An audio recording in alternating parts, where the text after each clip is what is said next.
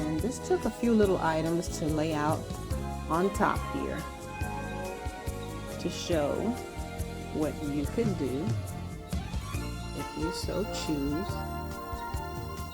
to take on a project like this. As I said, this was one of the discarded dressers I found in my neighborhood. And I was contemplating whether to do this or not. So you tell me what you think. Did this turn out to be a good idea?